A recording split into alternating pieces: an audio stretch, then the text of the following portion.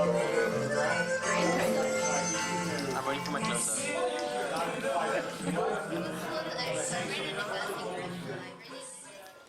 Part of my thrill, in fact, maybe 100% of my thrill in teaching, is that I get to introduce things that I love to other people. So this is just the biggest joy in my life, to be able to introduce some people I love, as well as music, as well as concepts and ideas to all of you. We have quite a few students from my class. Some of them have brought friends, which is great. And a couple of you have worked with me on different projects. Some of you came early and helped set up, and that's just kind of the way it goes around me and the Texas Heritage Music Foundation and its relationship to Shrine Friends. So thank you all for being here. I want to welcome Chumbe, Salinas. She's the official videographer for the Texas Heritage Music Foundation. She's made films for us. I think she has documented you guys more than anyone else. So we appreciate that. And actually, I could tell a story about almost everyone in the room, and I won't. So thank you for the honor of interviewing them first. So they are the first in this project for me. And we had a great conversation at your place talking about a tour they had just finished in China. So I think it's really important to realize how many other influences there are. Yeah, I've been blessed. I never thought, growing up in Albuquerque, New Mexico, playing a bajo sexto would take me, for people to ask me to invite me to record on the projects. Whenever I got to record with Ricky Skaggs, Peter Rowan, the Rolling Stones. Anybody in the room know Rolling Stones? Okay, good. Andy, he was just talking about recording with the Rolling Stones, being invited to play with them, and you probably know Willie Nelson, right?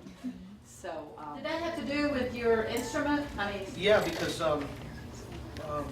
they were myself and Flaco Jimenez, we were on tour in Los Angeles with the band that Lorenzo used to have back then called the Rock Angels, and so me and Flaco were invited to sit in with them. We got a phone call backstage from Don Was, who was the producer of the Rolling Stones, and inquiring about Flaco Jimenez, to record his accordion, because they wanted a certain sound for that song, because they had tried trumpet, they had tried steel guitars, they tried so many different instruments, but they wanted a different sound. They wanted a Tex-Mex sound is what they wanted.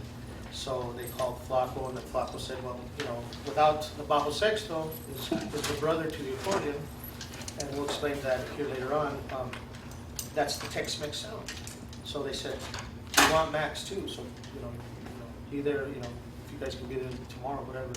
So we showed up to the studio to record on one song, and it's pretty much like what we would call a bolero, but it's a slow ballad rock, and it's called Sweethearts Together.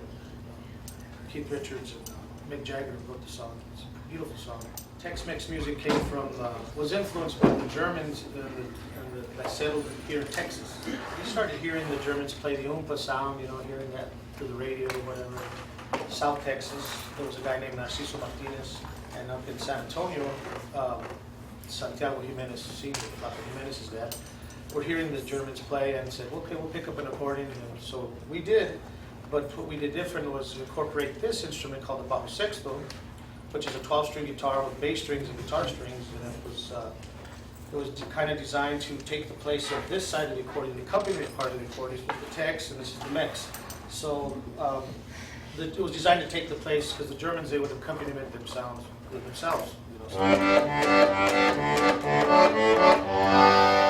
it took the place of that. That's where we created our own sound called Tex-Mex. It sounded like back then, I guess.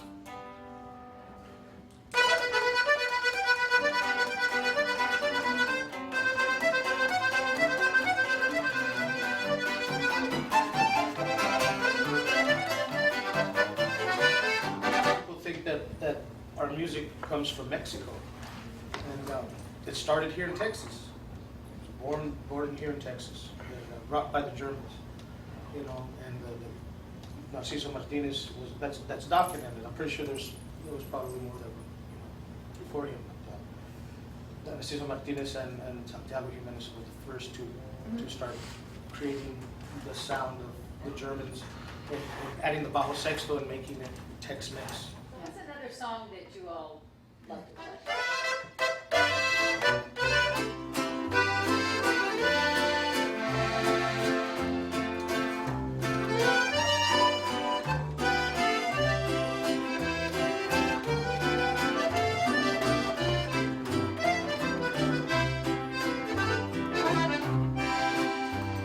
Lejos estoy del suelo donde he nacido.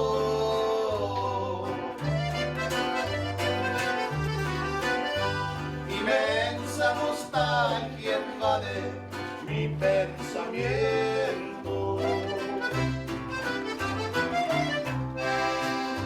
Y al verme tan solo y triste, cual hoja al viento, quisiera llorar, quisiera morir de sentimiento.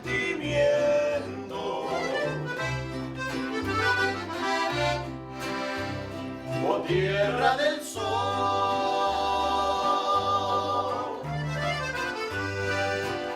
suspiro por verte. Y ahora que lejos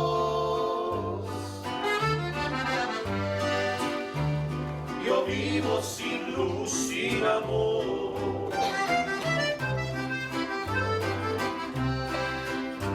y al verme tan solo y triste, cual hoja al viento,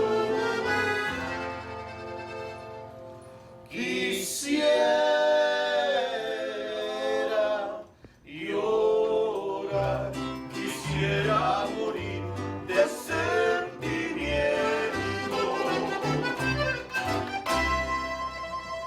Had to do with the challenges you all have faced, and maybe we could just start with Lorenzo and let each of you tell a little bit about the challenge of a touring musician, a creative artist, wherever that shows up in your life. That avenue where we could be who we are is a continuous thing. For a musician as a whole, you know, that's always something that I felt creatively, because being who you are is so important.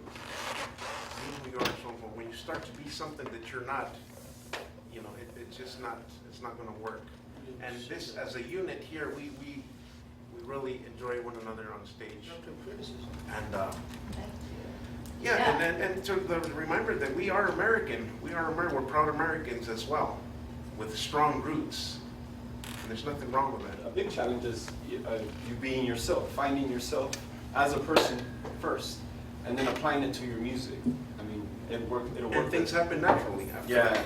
I mean, it has to be finding yourself first with anything you do in life. You know, whether it's music or it's painting or whatever it is, or anything. If you teach, but that's probably the it's not the hardest. I'm not saying that, but that's a good challenge. And when you bring it into your music, because we have so many influences, and you could probably hear an influence in a guitar player that you like. You know, if you take Stevie Ray Vaughan, right? Albert King was his influence, and it's very obvious, right? And it's the same with us. You know, music. There's so many influences, but once you become your own and you have your own way of interpreting what you like, well, then you start creating your own identity and you being yourself. And that's beautiful when we're able to overcome As that. individual musicians, you know, what caliber, whatever we are, each individually, we put that together on stage and just it creates a connection. And I could honestly say, since I started the TexManiacs in 1997, we've never rehearsed. We've never sat down and hey, let's go over. You know, it just happens. We just get on stage. And we've been doing it so long. You know. That's one of the challenges. We don't rehearse. Yeah, but we've been doing it so long that it's like Lorenzo said, it's part of who we are, and so that's what we're expressing and sharing. And then to get rewarded by an identity like the Smithsonian, you know, and say, these guys are ambassadors of this music. Wow, that's cool, you know, they're the real deal. So that's pretty cool. Challenges, you know, this is what we do, this is what we love to do, and I love music. Music is always number one. It's all about the music, and my uncle of mine has always told me, it's all about the music. The day you start prostituting the music is the day that you should think about quit playing. Don't even play. By the way, anybody have Facebook? Give us a like.